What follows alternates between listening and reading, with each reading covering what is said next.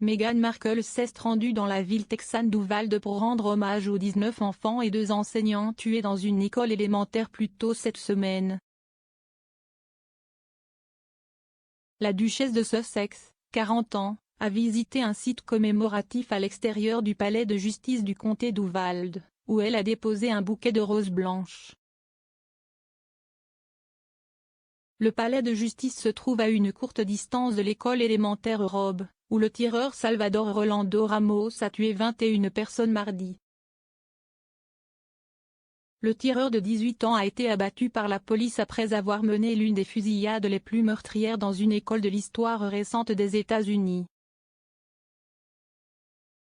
L'école élémentaire était fréquentée par des centaines d'enfants âgés de 7 à 10 ans, à environ 85 km à l'ouest de la ville de San Antonio, près de la frontière mexicaine.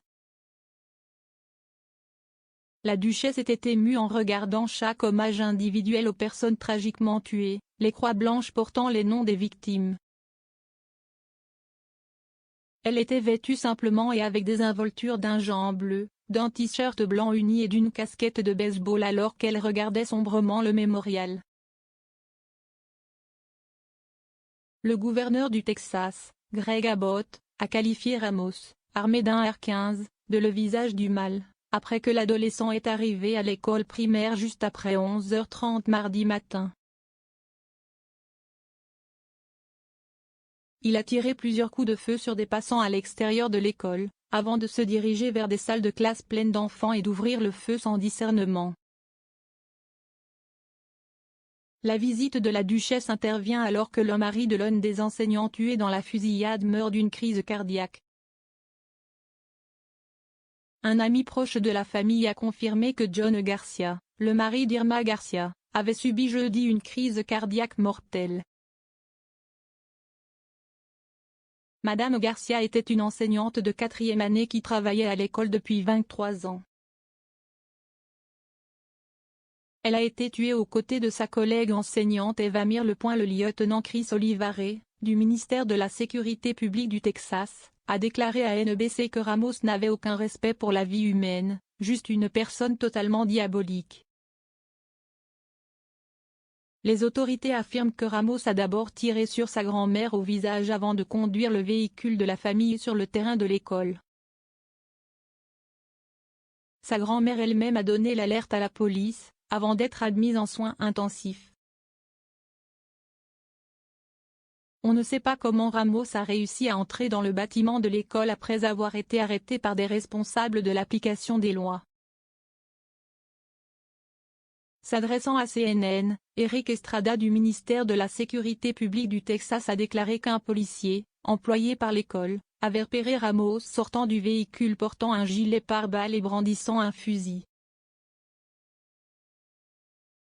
Il a déclaré que l'officier s'était engagé avec lui mais n'avait pas été en mesure d'arrêter l'adolescent, avant que 2 autres policiers locaux n'échouent également à empêcher l'entrée de Ramos à l'école. Monsieur Olivare a déclaré, le suspect est entré dans l'école et dès qu'il est entré dans l'école, il a commencé à tirer sur les enfants, les enseignants, quiconque se trouvait sur son chemin. Le tireur s'est barricadé dans une classe de Spell-CM1 avant de tirer sur ceux qui se trouvaient déjà dans la salle. Une équipe tactique spéciale a alors forcé l'entrée dans le bâtiment et a tué par balle le tireur.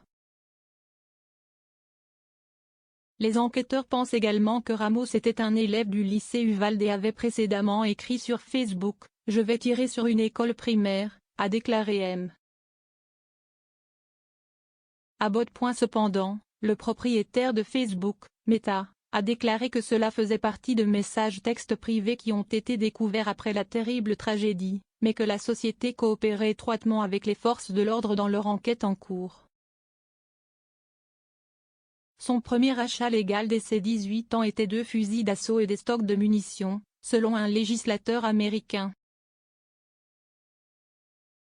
Le sénateur d'État Ronald Gutiérrez a déclaré que Ramos n'avait aucun problème à accéder à ces armes dans une affaire qui a relancé le débat sur les lois sur les armes à feu aux États-Unis. Après la fusillade, le président américain Joe Biden a déclaré, en tant que nation, Nous devons nous demander, quand au nom de Dieu allons-nous tenir tête au lobby des armes à feu? Quand au nom de Dieu ferons-nous ce que nous savons tous dans nos besoins intestinaux être faits?